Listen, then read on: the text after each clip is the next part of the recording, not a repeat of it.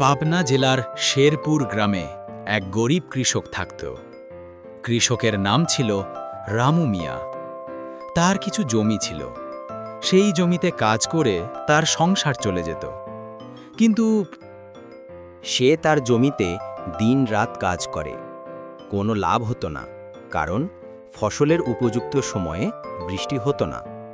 তার জমির ফসল ঠিকই মতো হতো না, তাই সে খুব চিন্তায় পড়ে যায়। সে তার জমিতে এসে দেখে যে তার জমির সব ফসল একেবারে নষ্ট হয়ে গেছে। সে অনেক কান্নাকাটি করে।